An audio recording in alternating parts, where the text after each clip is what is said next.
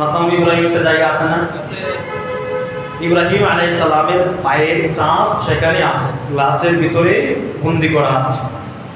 আল্লাহ রাব্বুল আলামিন ইব্রাহিম আলাইহিস সালামকে যখন হুকুম করেছিলেন পুনরায় কাবা নির্মাণ করার জন্য, আল্লাহ রাব্বুল আলামিন এই হুকুম হযরত ইব্রাহিম আলাইহিস সালাম পালন করেছেন এবং যে পাথরের মধ্যে দাঁড়িয়ে দাঁড়িয়ে কাবা নির্মাণ করেছিলেন পুনরায় ওই পাথরটা আল্লাহ রাব্বুল আলামিন এখনো পর্যন্ত সংরক্ষণ করে রেখে দিয়েছেন। সুবহানাল্লাহ। এটাও আল্লাহ রাব্বুল আলামিনের একটা বিশাল নিদর্শন, একটা বড় নিদর্শন। এই কথাগুলো যদিও আমি মুখে আমার ভাষায় বলছি, কিন্তু আমার ভিতরে এই আবেগ আসতেছে না, আমার ভিতরে এই অনুভূতি আসতেছে না। কারণ কি, আমি তো যাই নাই, দেখতে পারি না। যখন কিতাবে পড়েছি, এখনো যখন বিভিন্ন সময় ঘটনা শুনি, তখন মনে হয় যে না জানি কেমন নিদর্শন আল্লাহ এখানে রাখছে।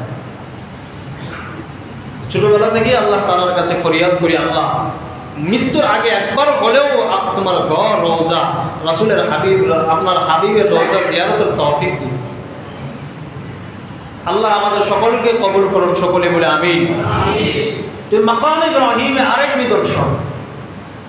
তো আল্লাহ রাব্বুল আলামিন এরপরে বলেন ওয়ামান দাখালাহু কানা আমিনা। যারা এই বাইতুল্লাহ প্রবেশ করবে, যারা বাইতুল্লাহ প্রবেশ করবে, কানা আমিনা, তারা তো নিরাপদ হয়ে গেল। সুবহানাল্লাহ।